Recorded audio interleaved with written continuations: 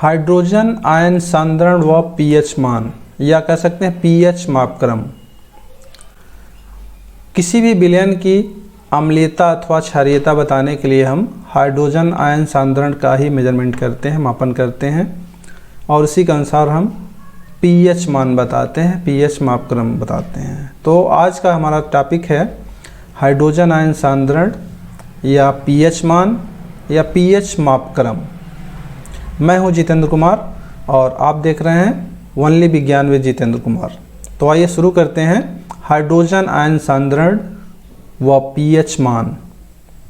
देखिए पीएच में पी क्या है, क्योंकि पीएच मान से ही हम किसी भी अम्ल की या अम्लीय विलयन की अम्लीयता अथवा क्षारीय विलयन की क्षारीयता निर्धारित करते हैं।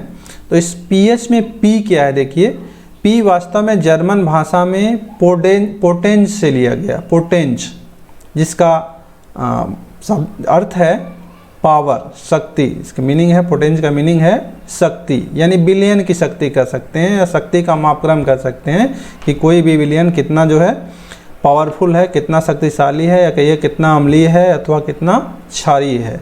और यह यहाँ पे पावर ऑफ हाइड्रोजन की बात कर रहे हैं कि किसी विलयन में कितना ज़्यादा हाइड्रोजन आयन है जिसके कारण कि वह अम्लीय है अथवा क्षारीय है।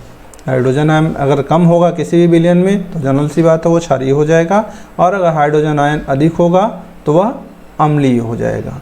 तो ये पीएच मान या पीएच मापक्रम क्या है, तो इसे हम देखते हैं कि किसी भी विलयन में H+ आयन की सांद्रता को ही हम पीएच कहते हैं, कि कोई विलयन है उसमें कितना H+ आयन घुला हुआ है वही उसकी या उसकी सांद्रता जो है वही क्या है, पीएच होता है।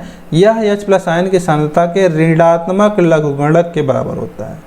यानी H+ आयन की सांद्रता अगर लें किसी भी विलयन में और उसका ऋणात्मक लघुगणक कर दिया जाए तो उसी के हम पीएच मापक्रम कहते हैं। यानी पीएच इक्वल टू हम लिख सकते हैं -log H+ आयन का जो है concentration सांद्रण to the base 10।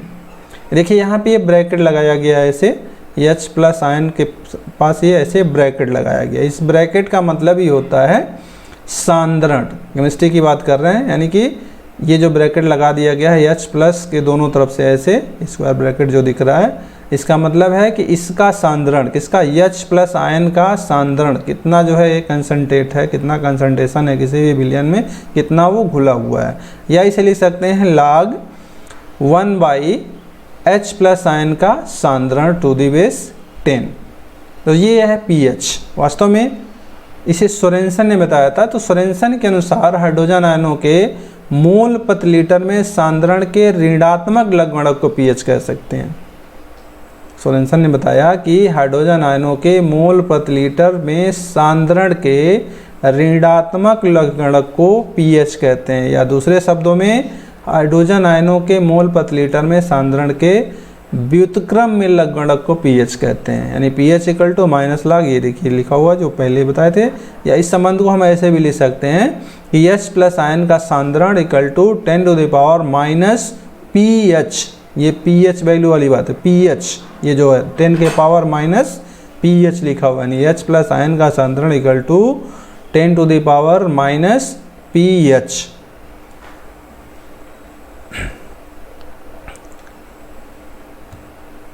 Next देखिए जल का आयनिक गुणनफल। देखिए जल के आयनिक गुणनफल की सहायता से हम किसी भी विलयन में H+ की सांद्रता ज्ञात होने पर OH- की सांद्रता ज्ञात कर सकते हैं, या OH- आयन की सांद्रता ज्ञात है तो H+ आयन की सांद्रता आसानी से ज्ञात किया जा सकता है। और जब भी हम जल का आयनिक गुणनफल निकालते हैं वो रूम टेम्परेचर की बात करते हैं, 25 डिग्री सेल्सियस की बात करते हैं कि 25 डिग्री सेल्सियस पर जल का जो आयनिक गुणनफल होता है 1 × 10⁻⁻14।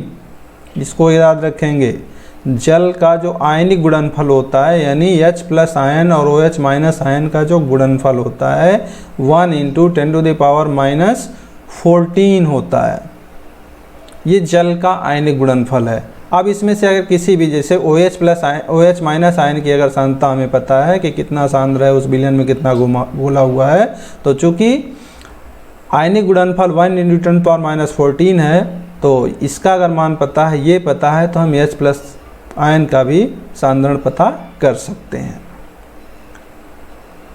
शुद्ध जल का जो है उदासीन, जो शुद्ध जल का या उदासीन विलयन में कह लीजिए H प्लस आयन और OH माइनस आयन की संख्या क्या होती है, समान होती है। चाहे शुद्ध जल लिया जाए या कोई उदासीन विलयन लिया जाए तो उसमें हाइड्रोजन आयन सांद्रण और हाइड्रॉक्सिल आयन सांद्रण दोनों की मात्रा क्या होती है, समान होती है। शुद्ध जल तथा उदासीन विलयन में हाइड्रोजन आयन सांद्रण 1 × 10⁻⁴ मोल प्रति लीटर। ये देखिए हाइड्रोजन आयन सांद्रण की बात नहीं है यहाँ, केवल अगर शुद्ध जल की बात करें तो हाइड्रोजन और हाइड्रॉक्सिल दोनों की बात कर रहे हैं 1 × 10⁻⁻, यानी कि इसका जो आयनिक गुणनफल है वह 1 × 10⁻⁴ मोल प्रति लीटर होता है। शुद्ध जल और उदासीन विलयन का जो pH मान जो है, ये शुद्ध जल या pH मान कितना होगा, तो देखिए यहाँ से अगर शुद्ध जल कहें या उदासीन विलयन का तो pH मान जो होता है यहाँ पे 7 होना चाहिए। कितना होता है, 7। अगर उदासीन विलयन है तो देखिए चूँकि H प्लस और OH माइनस आयनों की संख्या समान होती है, चूँकि उन्हीं का गुणनफल जो है 1 × 10⁻⁴ है, तो अगर कोई एक निकालें, चूँकि शुद्ध जल की बात कर रहे हैं यानी उदासीन विलयन की बात कर रहे हैं, तो वहाँ पे H प्लस आयन और OH माइनस आयन संख्या बराबर होंगी, यानी 1 × 10⁻⁷ और 1 × 10⁻7 होगी। अतः उसका जो pH मान होगा वो कितना होना चाहिए, उदासीन जल या उदासीन विलयन का pH मान 7 होना चाहिए। यहाँ पे 7 बढ़ा लीजिएगा, मान समान होता है और कितना होता है, 7 होता है। अम्लीय विलयनों में अम्ल द्वारा H प्लस आयन प्रदान करने के कारण H प्लस का सांद्रण क्या होता है, 1 × 10⁻⁷ मोल प्रति लीटर से अधिक होता है। इसी प्रकार अगर क्षारीय विलयन है तो वहाँ पर 1 × 10⁻⁷ से क्या होता है, कम होता है। H प्लस आयन सांद्रण जो होता है वो कितना होता है, अगर उदासीन है तो इतना होगा, अम्लीय है तो सांद्रण का मान कम अधिक हो जाएगा, और H प्लस आयन सांद्रण अधिक होगा तो इसका मतलब pH का मान क्या हो जाएगा, कम हो जाएगा, यानी 7 से कम हो जाएगा। ध्यान रखिए, H प्लस आयन सांद्रण जब बढ़ेगा तो pH मान क्या होगा, 7 से नीचे आएगा, क्योंकि इसके पहले आपने अभी देखा, इसके पहले आपने क्या देखा कि H प्लस आयन सांद्रण = 10⁻⁻ pH। अगर हम इसके मान को बढ़ाएंगे तो pH का मान क्या आ जाएगा, कम होगा, और इसके मान को घटाएंगे pH का मान क्या होगा, बढ़ेगा। देखिए निगेटिव में है पावर, ये निगेटिव में है। अगर मान लीजिए 10⁻³ लिखें तो उसका मान कुछ और आएगा, 10⁻+3 लिखें तो उसका मान कुछ और हो जाएगा। तो अगर इसका मान जो है कम होगा तो इसका मतलब क्या है कि यह ज़्यादा होगा, और इसका मान अगर ज़्यादा होगा तो इसका मतलब क्या है, ये हाइड्रोजन आयन सांद्रण कम होगा। तो यही बताया जा रहा था कि अम्लीय विलयन में pH मान 7 से कम होता है। उदासीन विलयन का pH मान कितना होता है, तो उदासीन विलयन का pH मान होता है 7, जबकि अम्लीय का 7 से कम हो जाएगा और क्षारीय का 7 से क्या हो जाएगा, अधिक हो जाएगा। नेक्स्ट देखिए, दैनिक जीवन में इस pH का महत्व क्या है। तो pH के महत्व को हम देख सकते हैं। पाचन तंत्र में pH का कार्य, पाचन तंत्र में क्या है, देखिए कि जब भी हम भोजन लेते हैं तो भोजन को पचाने के लिए हाइड्रोक्लोरिक एसिड जो है सेक्रेट होता है पेट में, और वो क्या करता है, उस भोजन को जलाता है, जलाने का काम करता है, जिससे कि तोड़ने का काम करता है और भोजन पचता है। देखिए जो पेट में जो हाइड्रोक्लोरिक एसिड सेक्रेट होता है वह 1.2 pH का होता है। समझिए pH मान जो है बहुत ही कम है, यानी कि बहुत ही ज़्यादा एसिडिक होता है वो, और बहुत ही ज़्यादा एसिडिक है तो वह क्या करेगा, किसी भी वस्तु को कहिए, वो चूँकि उसमें संक्षारण की क्षमता होती है, बहुत जल्दी उसको गला सकता है और गला देता है। लेकिन कभी कभी क्या होता है कि हम कुछ ऐसा भोजन कर लेते हैं जिसको पचाने के लिए अधिक हाइड्रोक्लोरिक एसिड की आवश्यकता होती है, और हाइड्रोक्लोरिक एसिड का सेक्रेशन अधिक होता है तो कभी कभी पेट में जलन होने लगती है, और उस जलन को ख़त्म करने के लिए हम क्या करते हैं, मिल्क ऑफ मैग्नीशिया या कहीं magnesium hydroxide, milk of magnesia जो कि क्षारीय होता है, उसका उपयोग करते हैं। क्योंकि ये क्षारीय है और प्रबल नहीं है, दुर्बल क्षार है, एक बहुत ही दुर्बल क्षार है, तो उसका यूज करते हैं, और इससे जो है एसिडिटी कम होती है। यानी एसिड और क्षार जब एक साथ मिलते हैं तो उदासीन हो जाते हैं और पेट की जलन जो है कम हो जाती है। तो पाचन तंत्र में जो है ये pH आप देख सकते हैं। नेक्स्ट देखिए,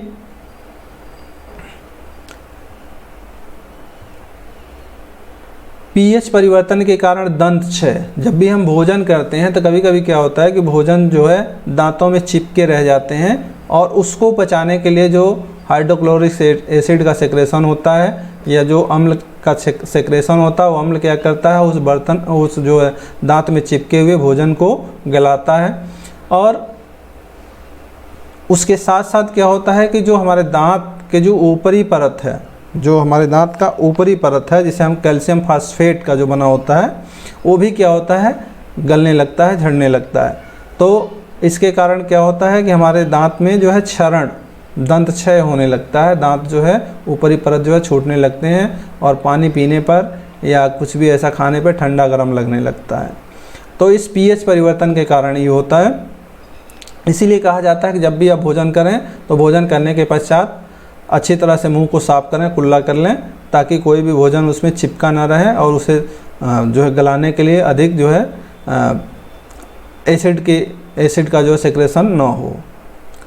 नेक्स्ट आता है पौधों और पशुओं के पीएच के प्रति संवेदनशीलता। देखिए पौधों पशुओं की बात करें तो पौधों और पशुओं में क्या कर सकते हैं, चूँकि जीवित प्राणी जो होता है, जैसे हम लोग हैं, वह 7.0 से 7.8 पीएच तक ही जो है अच्छे तरह से हम अगर उतने पीएच की वैल्यू है तो उसमें हम लोग आराम महसूस करते हैं। लेकिन अगर इस पीएच वैल्यू जो है घट जाए अथवा बढ़ जाए तो उस समय जो है आराम महसूस नहीं होता है। तो इस प्रकार जो है पौधे, पशु भी कह सकते हैं, पौधे भी कह सकते हैं। जैसे पौधों के लिए हम कह दें कि कभी कभी आप सुनते होंगे कि अगर ज़्यादा पॉल्यूशन हो जाता है तो बारिश के साथ जो है अम्लीय वर्षा होने लगती है, और अम्लीय वर्षा से क्या होते हैं, पौधे सूख जाते हैं। यानी कि पीएच वैल्यू जो है, चूँकि बारिश का अगर देखा जाए शुरुआत की जो बारिश होती है तो उसमें ज़्यादातर जो पॉल्यूशन के कारण जो है अम्लीय वर्षा जब होने लगती है तो उसमें पौधे जो देखते होंगे सूख जाते हैं, क्योंकि वो जो है पीएच मान काफ़ी कम हो जाता है, और काफ़ी कम होने के कारण पौधे जलने लगते हैं, यानी अम्लीय हो जाता है। तो पौधे और पशु दोनों की बात करें, मतलब जीव जंतुओं की बात करें, तो पीएच के प्रति काफ़ी संवेदनशील हैं। अगर पीएच वैल्यू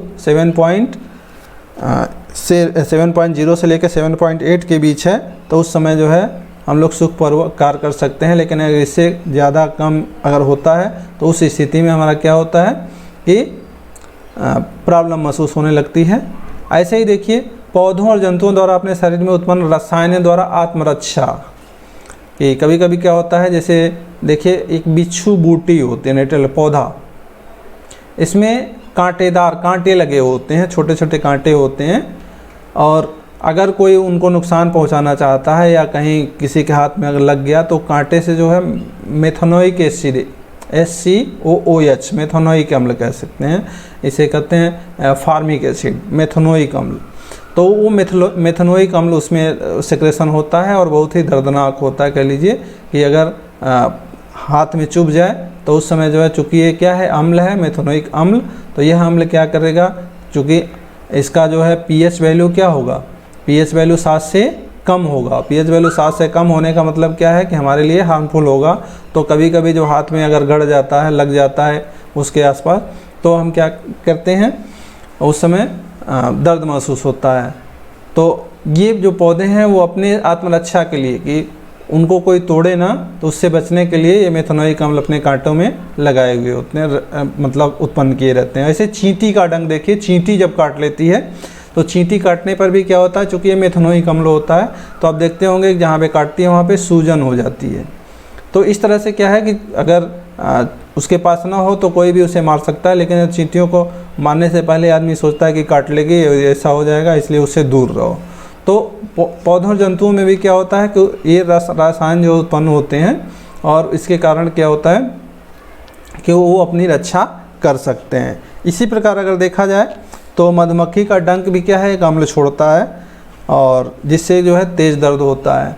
ऐसे ही अगर हम ये बर की बात करें, जो पीले कलर का जो होते हैं बर, जो, तो उसमें वो क्या होता है, वो क्षारक छोड़ता है, अम्ल नहीं बल्कि एक क्षारक छोड़ता है, और उसकी डंक से भी क्या होता है, काफ़ी दर्द होता है।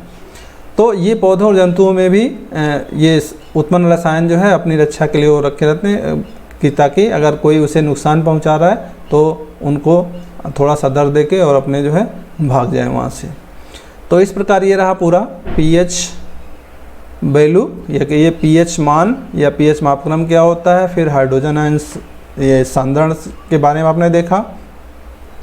तो इस चैप्टर में बस इस लेसन में हम इतना ही इसको ख़त्म करते हैं और अगले लेक्चर में हम फिर मिलेंगे। तब तक के लिए धन्यवाद। अगर ये वीडियो अच्छा लग रहा है तो इसे शेयर करिए, लाइक करिए और चैनल को सब्सक्राइब करिए। धन्यवाद।